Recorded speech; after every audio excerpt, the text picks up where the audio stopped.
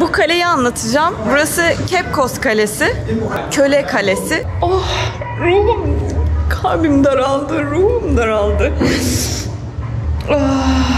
Denizde yıkatıyorlarmış kadın köleleri. Getiriyorlarmış burada işte 4 gün 5 gün ne? Arkadaşlar anlatamıyorum şu anda. Size şu anda söyleyemem yani, burada bir enerji var, size anlatamam yani. Herkese Gana'dan, Batı Afrika'dan selamlar, sevgiler. Şu anda üzerimde bir Gana tişörtü görüyorsunuz. Hatta şunu çıkarayım. Bu da Gana'nın resmi bayrağı.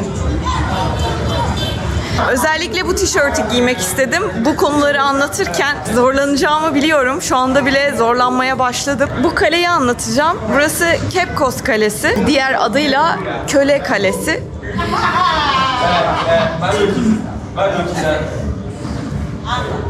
Evet, böyle arada bir susacağım galiba. Çünkü duygusal bir insanım. Fazla duygusal olabilirim. Evet, anlatırken galiba zaman zaman ağlayabilirim. Ama ben buranın hikayesini daha okurken zorlandım.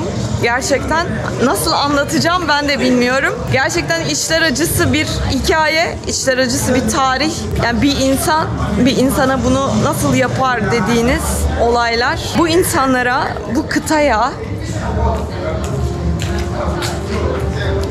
büyük bir saygım var.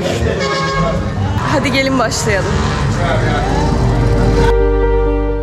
Şu anda gördüğünüz Cape Coast Kalesi'nin içi. Şu an kalenin içerisindeyim. Birazdan bir tur başlayacak.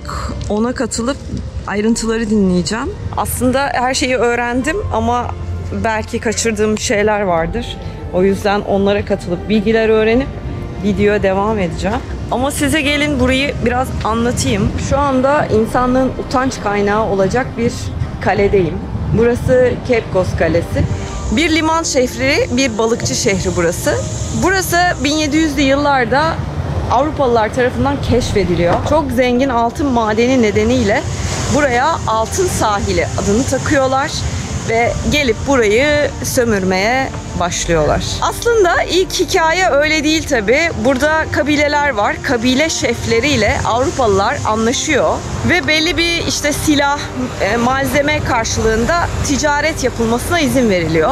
Ve bu kale ilk kez İsviçreliler tarafından yapılıyor. Hollandalılar, Danimarkalılar ve İngilizler, Fransızlar burayı sömürmeye başlıyorlar. Bu kalenin yapılmasındaki ilk amaç aslında ticaret. Ticaret yapılıyormuş ve o yüzden de bu kalenin yapılmasına izin verilmiş. Ama daha sonra insanları köle olarak Amerika'ya buradan gemilerle taşımak üzere bir köle kalesi olarak hayatına devam etmesine izin verilmiş bu kalenin. Yıllar boyunca insanlar buraya taşınıyor. Küçücük odalarda günlerce bekletiliyor, aç bırakılıyor. Çünkü buradan gemilerle taşınırken insanların hafif olması isteniyor. Dolayısıyla insanlara yemek verilmiyor, aç bırakılıyor ve zayıflamaları isteniyor. Tabii küçücük odalarda yüzlerce insanın kalması demek, havasız bir şekilde yiyeceksiz, içeceksiz, susuz. Sadece yağmur yağarsa sarnıçlardan akan suyu içmelerine izin var. Onun dışında su yok. Ve bu hücrelerde tabii yaşayanlar var, yaşayamayanlar var. Yaşayanları alıp Amerika'ya köle olarak gönderiyorlar. Yaşayamayanları da artık nereye terk ediyorlar bilmiyorum. Biraz sesimin şeyi değişti. Tonu değişti çünkü bir yandan sinirleniyorum gerçekten. Bir insan bir insana bunu nasıl yapabilir? Nasıl izin verebilir? Hala aklım hayalim almıyor ve bu insanlar hala nasıl bu kadar mutlu olabiliyor? Onlara da çok büyük saygı duyuyorum. Şimdi kaleyi gezmeye başlayalım. Zaten içeriği gördükçe daha da tüylerimiz diken diken olacak gibi. Şimdi ben böyle bir gruba dahil oluyorum bu arada. Onları dinleyeceğim. Kalenin bir de maketi varmış burada. Şimdi şöyle aşağıda bir yerlerde köleler barındırılıyor. Bu yüksek binalarda da Avrupalılar yiyip içip keyif çatıyorlarmış. This is a water tank or a reservoir. pipes were connected to the roof of the castle to harvest rainwater. This rainwater was used to prepare food for the captives and also served as a drinking water to the captives.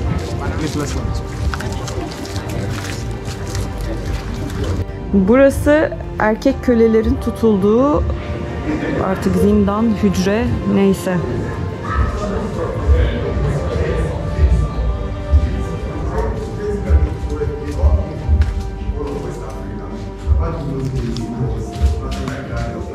Şimdi erkek köleler buradan getiriliyormuş ve burada aşağıda 3 tane oda var.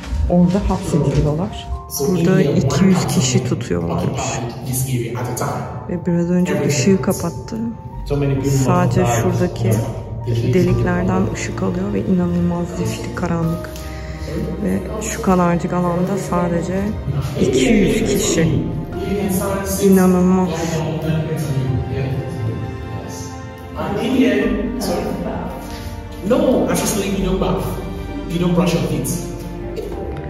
Hiçbir şekilde temizlik yok. Yani burada yiyorlar, burada içiyorlar ve burada sıçıyorlar, burada işiyorlar. Öyle söyleyeyim. 200 kişi. Bu kadarcık. Bu kadarcık yani. Şurası duvar. Şimdi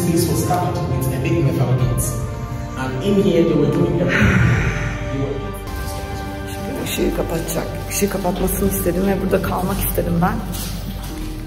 Bakayım ne olacak. Bakın sadece arkamda şurada 3 tane ışık var. Oradan ışık geliyor. Ve kapkaranlık oda gün sonucu. Çok inanılmaz. Ruhum daraldı yemin ederim. Vallahi ruhum daraldı. So this actually tells us if we should excavate these floors, we will definitely see some of these or some of the remains for the slaves who were kept in here. And these are some of the original chains. You can have some pictures of it if you want to. Şöyle anlatayım. Oraya girdik. Erkekler odasıydı orası. Erkek kölelerin barındırıldığı yer. Oradan aşağıdan bir tünel var. O tüneli artık kapamışlar. O yüzden dışarıdan bakabiliyoruz. Gemiler geldiğinde gemilere götürmek için asla dışarı çıkartmıyorlarmış köleleri. Ve dışarı çıktıkları anda o kadar insan sinirle bunlara saldırabilme ihtimali olduğu için onlara aşağıdan tünel yapmışlar. Tünellerden buradan gemilere gönderiyorlarmış direkt. Ve buradan da askerler işte ellerinde silahla hadi yürüyün yürüyün yürüyün falan diye böyle onları şey yapıyorlarmış. Oradan dışarı çıkamıyorlar. Askerler inemiyor tabii ki. Ve böyle aşağıdan tünel gemilere doğru gidiyor. Şu pencereler hep gözlem noktalarıymış bu arada. Askerler asla buraya gelmiyorlarmış. Çünkü yani her ne kadar kelepçeli bağlı olsalar da Afrikalılar çok güçlü olduğu için tehlikeye atmıyorlarmış kendilerini. Ve burada hapsedilen köleler 3 ay boyunca asla ve asla dışarıya çıkarılmıyormuş. Asla. Gün ışığı yok yani. O kadarcık şeyden gelen ışıkla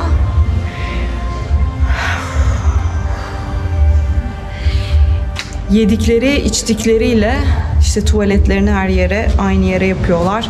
Ben inanılmaz ya. Ben nasıl anlatayım ki bunu? Ben nasıl anlatayım bunu yani? İnanılmaz bir şey. İnanılmaz.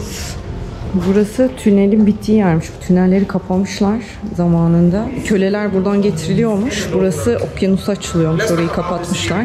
Sonra buradan getirilip buradaki kadın kölelerle birleştirilip buradan da gemiye gönderiliyorlarmış. Burası da kadınlar odası.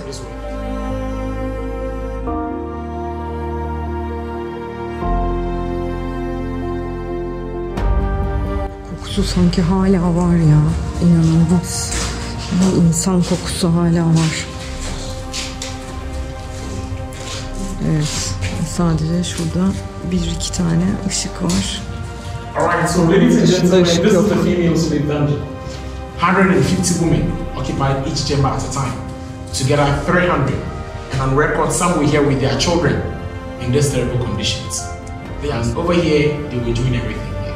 Eating, sleeping, defecating, urinating, everything on the floor. And as a slave in this castle, you don't bath, you don't brush your teeth, for you stay in this castle. So the women who stayed here for 1 month to 3 months, They couldn't get water anywhere to use it to wash up their menstrual blood whilst they were here. For the ladies, you can just imagine 150 women all having their 5 to 7 day flow on this floor without getting water to wash it off. You can imagine the stench in this room. Kind of diseases and infections that they would get. Anytime that they died, their dead bodies were dumped into the sea. Arkadaşlar anlatamıyorum şu anda. Şu anda konuşamayacağım ve anlatamayacağım yani anlattıklarını. Biraz sakinleşince tekrar anlatacağım size. Çok inanılmaz. Kapı şuramda sadece ve daha fazla adım atamadım yani. İnanılmaz bir enerji var burada, size anlatamam. Enerjiyi, onca insanın enerjisi hala burada duruyor. Çıkacağım, dayanamadım. Dayanamadım, yani duramadım.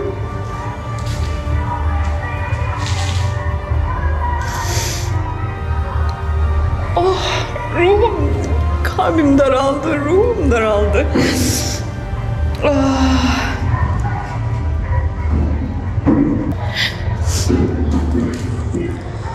Ve bu da diğer oda. Giremeyeceğim galiba. Normalde çok rahat girerim. İnanılmaz. İnanılmaz, size anlatamam yani. Şu anda hissettiklerimi ve buranın enerjisini de size anlatamam yani. Onca insanın burada bir hiç uğruna tutulması, ölüme terk edilmesi, aç susuz bırakılması. Kadınlar ve çocuklar burada yani, düşünebiliyor musunuz? Karanlıkta. Ve dedim ya hani her şeyi burada yapıyorlarmış. Yiyorlar, içiyorlar, tuvaletlerini burada yapıyorlar. Başka bir yer yok yani.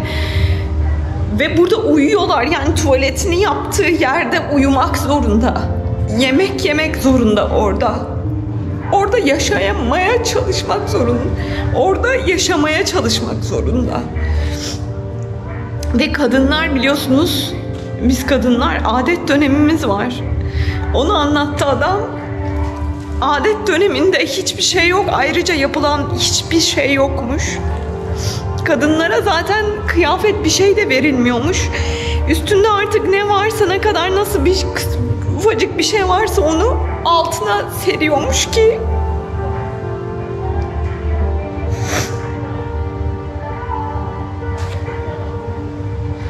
öyle adetini geçiriyormuş. Çok özür dilerim yani dayanamadım yani, adam anlatırken bile çok tuttum kendimi, artık dayanamadım. İnanılmaz. Çok üzgünüm yani, çok özür dilerim. Burada birleştirilen köleler bu kapıdan dışarıya gönderiliyorlarmış ama kapı böyle değilmiş. Kapı küçücük bir şeymiş. Sadece tek bir kölenin geçebileceği kadar yapılmış bir kapıymış burası. Ve adına da Door of No Return diyor. Dönüşü olmayan kapı denilmiş. Ve bu kapı o kadar küçük bir kapıymış ki insanları buradan geçebilsinler diye yemek, su vermiyorlarmışlar ki zayıflasınlar diye. Çünkü gemilerde yük yapacak bu insanlar, ağır gelecekler.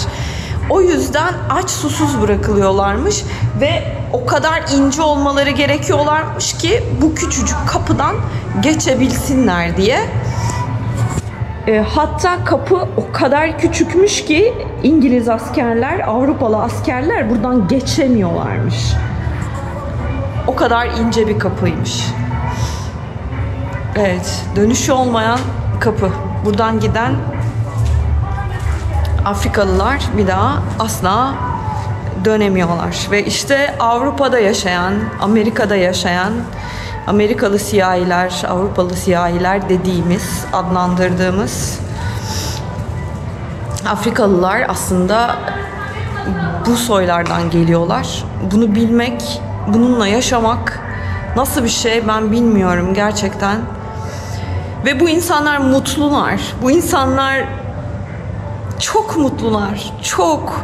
Ve bizi gördüklerinde hala sevgiyle bakabiliyorlar bize. Daha 60-70 yıl, 80 yıl önce olmuş şeyler yani. İnanılmaz. İnanılmaz. Saygı duyuyorum. İşte bu yüzden Afrika'ya ve Afrika insanlarına çok büyük bir saygım ve çok büyük bir sevgim var. Out from the vengeance. But you can see there are some changes in your site. Yes, we stayed there not even more than 20 minutes. So imagine staying there for like a month. This is the courtyard of the castle or the graveyard, only for Europeans. In this castle, when you die as a slave, they don't bury you. All dead bodies were thrown into the sea. So the whole area here became a cemetery for Europeans only. The first one here belongs to a British Army commander. Because of death unknown. He died at the age of 38 years. All right, so ladies and gentlemen, we stand right in front of a cell. But then the cell that you see, it is not just a normal cell, rather a condemned cell. When we say the condemned cell, we mean when you go through this door alive, you don't come back alive. You have to die in there before they bring you out. This room was specially designed just to use it to punish the rebellions, those who tried to fight the soldiers in this castle. The slaves who tried to fight for their freedom, those who tried to escape, this is where they were punishing them. In there, when they take you there, they don't give you food. You don't get water. There's no light, no ventilation in there. You stay there, you suffocate, you die. And again, the door that you see, this is the only original door left in this castle. It is over 200 years. It is made of pitch pine wood. So strong and heavy. Please, you are all moving inside, but lower your heads so you don't leak. Ay, bu odada insanları ölüme terk ettikleri oda burasıymış. Yani of, çok ağır kokuyor. Allah'ım ya, of. Of, arkadaşlar hissettiğimi size şu anda söyleyemem. Yani burada bir enerji var, size anlatamam yani. Yani bir enerjisi var o insanların, of. Enerjisi burada duruyor, ben size söyleyeyim yani. 200 yıl olmuş. 200 yıl. Duramayacağım. Çok ağır bir enerji var. Burada kavga ederler, isyan çıkaranları falan buraya atıyorlarmış. Ya da güçsüz olanları. Of, of. Burada hiçbir ışık yok. Işığı kapattılar şu anda. They don't take away the dead body. We all have to stay here with the dead body until the last person here is dead before they bring all of them out. So you can imagine even the smell of the rotten body will even kill you. In here, anyone that was brought in here died. No one survived. No matter how strong you are, you won't survive. Of, yemin ederim kalbim sıkıştı ya. Böyle kalbim daraldı yani, yemin ederim. Orada şuncacık kişi, 15 kişi, nefes almakta zorlandık. Ben düşünemiyorum o kadar kişi orada. Yani ölüme terk ediliyormuş. Yemek yok, su yok hiçbir şekilde. Oraya işiyorlar, sıçıyorlar. Ve mesela atıyorum 100 kişi var içeride. 100. kişi de ölene kadar asla kimse dışarı çıkmıyor. Yani düşünebiliyor musunuz? Bir insan ölüyor orada ve bir ay boyunca ya diğerleriyle birlikte ölü halde yaşıyor. Söyleniyor hani hiç mi savaşmadı bu insanlar? Hiç mi direnç göstermediler? Direkt köle mi oldular diye. Direnç göstermişler, savaşmak istemişler ve bu toplar yerel halkın herhangi bir isyanını önlemek için de kullanılmış. Çok buraya gelen olmuş. İşte akrabalarını, eşlerini, dostlarını, anne babalarını, çocuklarını kurtarmaya. Ama tabii silah var işin içinde. Onlarda silah yok. Silaha karşı gelememişler maalesef. Her ne kadar çok güçlü de olsalar. Burası da o pisliklerin yaşadığı yer olsa gerek. Evet, burası da kalenin öteki tarafı. This is a room for one. Only one person will stay happy. And this is the British government. Only one person for Only this? One person, yes. We saw the homes and the room size for 1,000 people. Abi adamlar kendilerine saray yaratmış burada. Şu odan sadece bir kişi içilmiş ve nasıl esiyor, püfür püfür, böyle temiz hava giriyor, deniz havası giriyor. 16 tane pencere var dedi. Diğer taraflardan hava alması için ve yaşayabilmesi için, düşünebiliyor musunuz? Küçücük odada 200-300 kişi ölüme terk edilmişken burada adam tek başına. Bir de kadın köleleri arada bir alıp denizde yıkatıyorlarmış kadın köleleri.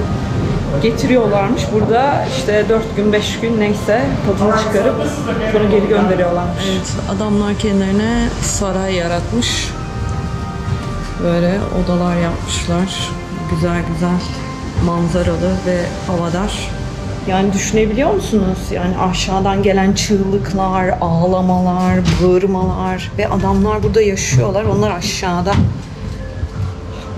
Nasıl yani? Nasıl?